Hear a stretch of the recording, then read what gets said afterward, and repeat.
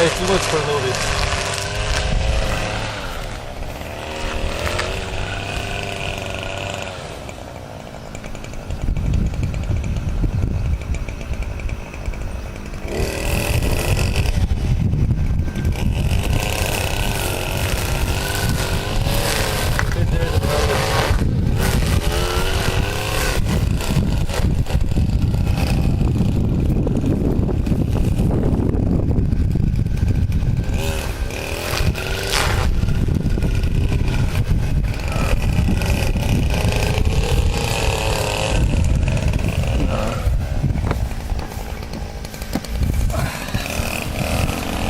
I bought this as a almost ready to run model.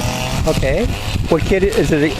What type of kit is it? Actually, I'm not sure if it was originally offered by Grosvenor or Roby, but like a lot of these boats, there's somebody in China that basically builds the kits and they sell them ready to run.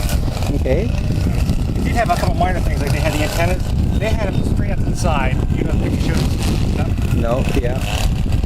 I did replace the speed control. I didn't like the one that came with it. That's a nice looking ship.